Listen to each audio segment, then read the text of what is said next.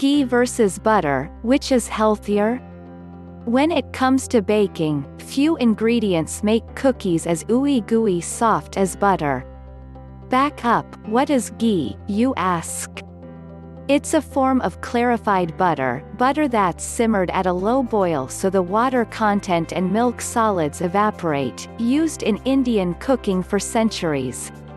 And, most recently, it's gotten a rep as a healthier fat option than its buttery counterpart. Read more, 9 foods that can actually lower cholesterol naturally. If you've been conflating the two, it's totally understandable. I think people who are trying to be healthier, and feel that butter is unhealthy, will switch to something like ghee because it seems more natural, says registered dietitian Bonnie Taub-Dix, creator of BetterThanDieting.com, and read it before you eat it. But are those assumptions true, or is ghee just another unsubstantiated wellness trend? Who wins the butter versus ghee debate? What's the deal with butter? Unless you're keto, butter probably isn't a priority ingredient in your diet, and for good reason. 1 teaspoon contains 20% of your recommended daily value of saturated fat, and if you're anything like me, you need far more than a teaspoon to cover the surface area of a freshly baked roll. But here's the thing about butter and saturated fat. Once upon a time, the medical science community believed that full-fat sources of dairy would send people to an early grave if consumed in excess. While scientists continue to draw links between high saturated fat consumption and heart disease, popular high-fat food trends, like bulletproof coffee, have changed the conversation. Read more, how bad is it to use expired protein powder? Saturated fat used to be public health enemy number 1. Dr. David Ludwig, professor of nutrition at the Harvard T.H. Chan School of Public Health, previously told Women's Health. But it's neither that nor exactly a health food. It's kind of a neutral.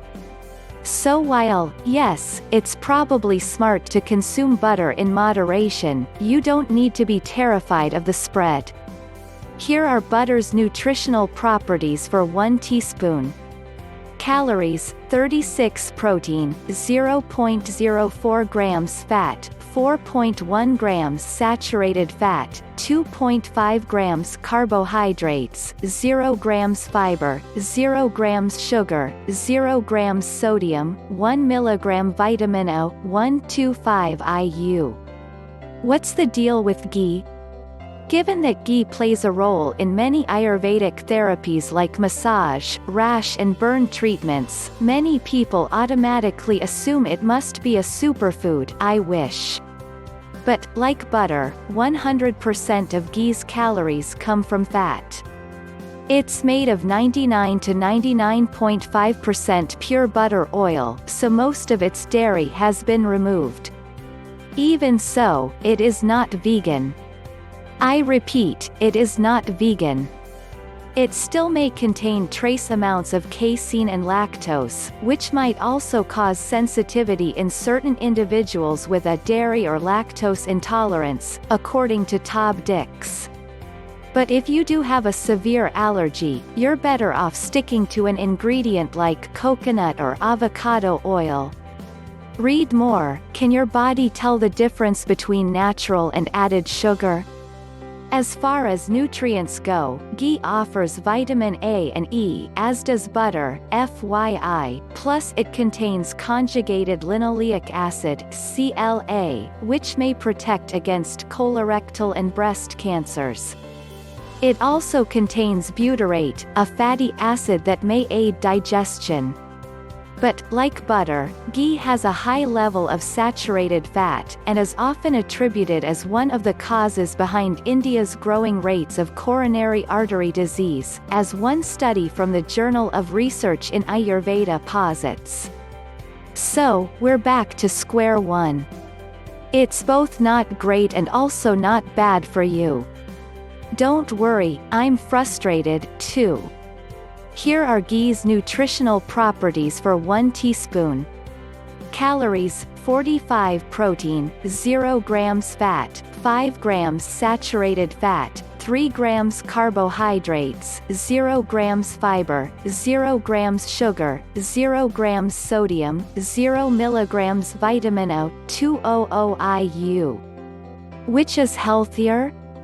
Ghee might sound cool and trendy, but that doesn't make it necessarily healthier than butter, explains Tob Dix. There's really not a substantial difference in calories and fat, so if that's a consideration, these two are on an equal playing field. The one category where ghee does reign supreme is smoke point. If you like to cook at high heat, you might want to opt for ghee since it won't burn as quickly, she says, adding that butter can smoke and burn at 177 degrees Celsius, but ghee can withstand heat up to 252 degrees Celsius. Ultimately, the choice you make largely depends on your needs and lifestyle. For example, Tob Dix says if you're kosher, or avoid dairy, ghee is not necessarily the way to go since it's not dairy-free, contrary to popular belief. If you're lactose intolerant, ghee might be a better choice, since its milk solids are removed during processing. If allergy is the consideration, however, neither ghee nor butter are safe for consumption. Read more: 10 cucumber health benefits you shouldn't ignore. Although, even without a dietary restriction, Tob Dix doesn't suggest opting for either ingredient regularly. I'd choose avocado oil or olive oil for cooking, and maybe a little butter or ghee for flavor, she says. Still, while butter and ghee are indeed calorie-dense foods, a little does go a long way in making virtually any dish taste a lot more satisfying. This way, you'll feel satiated with less food, and eventually take in fewer calories if that's your goal. Okay, I've made my choice between butter versus ghee. Drum roll, please. My choice is neither. And both. Because they are essentially derived from the same product, they're so similar in nutritional value that it really comes down to your dietary preferences and restrictions. If you're thinking of treating yourself to either of them, Tob Dix says that can be used interchangeably in cooking.